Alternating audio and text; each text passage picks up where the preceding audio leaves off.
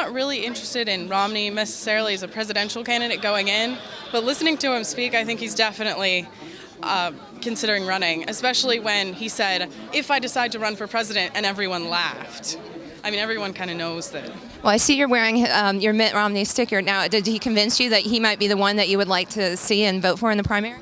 Yeah, I think definitely if he doesn't get the primary nomination, then he would definitely be someone that should be in the cabinet even. He should definitely be in the next presidential cabinet or in the presidency. Okay, what specifically did you like or makes you really want him to be your candidate? And are there any other ones in the field that you think would also be a good choice? Well, I think Ron Paul, because of his fiscal conservatism, is a good candidate. And also, I think if Mitt Romney pairs with Sarah Palin, he'll be able to pick up the evangelical vote and also the Tea Party vote, because he's more of an establishment candidate. And that ticket would really appeal to both parts of the Republican Party. Tell me what you're expecting from Romney's speech. I was expecting a great speech that demonstrates his leadership and his vision for this country, and I think that he definitely delivered that message. Right. Are you one of his supporters? You're going to look for him in 2012? Absolutely. I campaigned for him in 2008, and I'm going to be doing that again in 2012. Okay. And you think he's the best candidate to win? Absolutely. I didn't know that much about Mitt Romney going into the speech. I thought actually seeing him in person would be a great way to get to know him and figure out what his policies were. And after seeing the speech, I really like him. I think he's a good candidate. I would see him being someone I would vote for in the primaries by all means, but somebody who has a viable chance of winning as well. Did you have any favorites before you came in? Not really. I came in trying to, I think CPAC 2011 is sort of the official, or maybe the unofficial kickoff of the primary races, so I figured now would be a good time to get to know the newer candidates, and so thus far it has been. Is there anybody that is below the radar that you would like to see step up and jump into the race that hasn't had a lot of buzz yet at this point? I'm not sure. I'm honestly a big fan of Huckabee, and I'm not sure. I haven't seen him really be out there as much so far in the election. There are some people who are underground who I'm seeing up here. I mean, yesterday we even had like Donald Trump come in and say, oh, I'm going to potentially run, which that came out of nowhere. But, I'm excited to see a lot of the new candidates. There's a lot of good people out there. So. I thought that was a very interesting speech. I think it's definitely an improved performance over 2008. He's a much more polished speaker now, and I think he all but declared his intent to run for the presidency. Was he a favorite going in?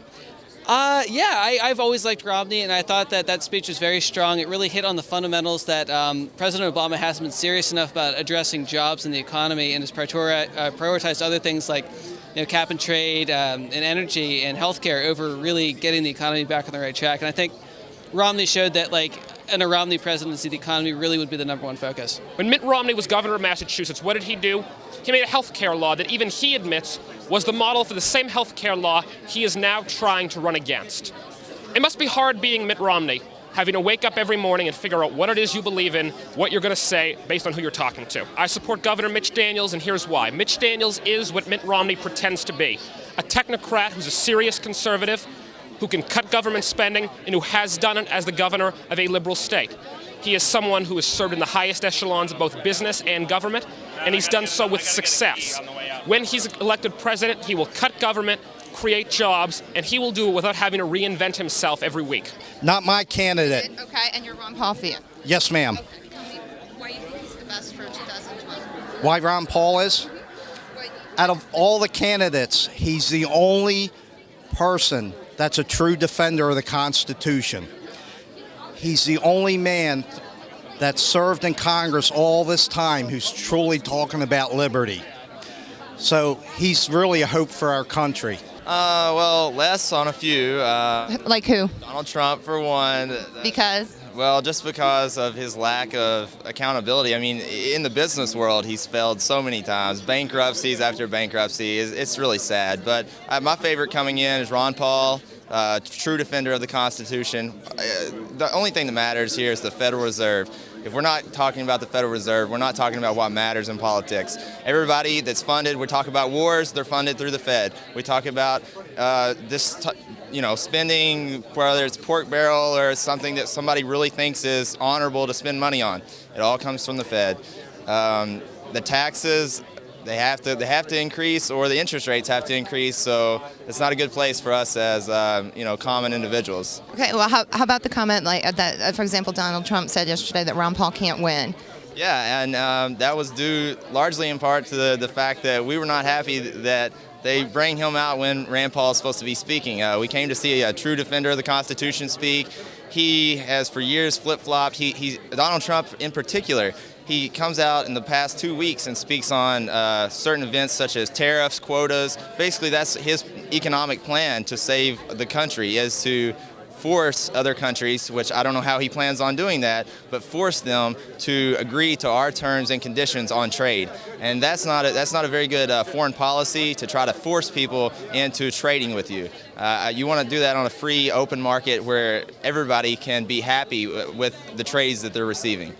I think Haley Barbour also is a good opportunity, but Trump would be intriguing because he's a businessman. He's been through a lot of situations in the business sector, and I think we need a business mind in order to run this government.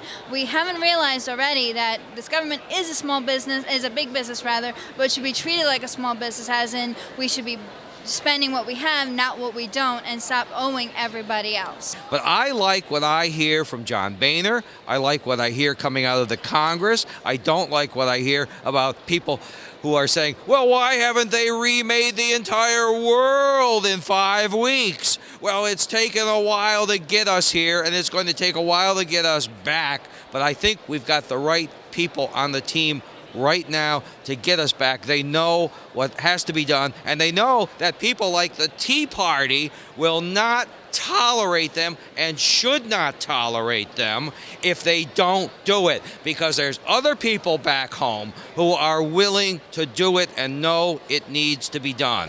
Tell me when you're ready. Okay. CPAC, big event for 2012 candidates. You have Mitch Daniels supporter. Tell me why you're excited about him and why you think he's the man for 2012. Sure. Well, I think, and the Students for Daniels, which is 52 chapters across the country, we think he's the only hope. Governor Romney, unfortunately, will probably be sunk by Romneycare. I think the midterms showed us that. Governor Palin, unfortunately, resigned her last post, so she likely will not get a promotion anytime soon. Governor Pawlenty, it seems like a nice guy, maybe a good candidate in 2016, but probably not this year. John Huntsman, working in the Obama administration, probably not a likely contender. Governor Daniels has a strong record of turning deficits into surpluses. $600 million deficit in the state of Indiana into a $370 million surplus. And the issue in 2012 is this huge national debt that's been thrust upon our generation by Speaker Pelosi and President Obama. $14 trillion now, $19 trillion by 2015. There's only one man who has a record of turning deficits into surpluses and dealing responsibly with these issues. So as the only grassroots student movement for a candidate, we are doing our best here at CPAC to draft Governor Daniels into running.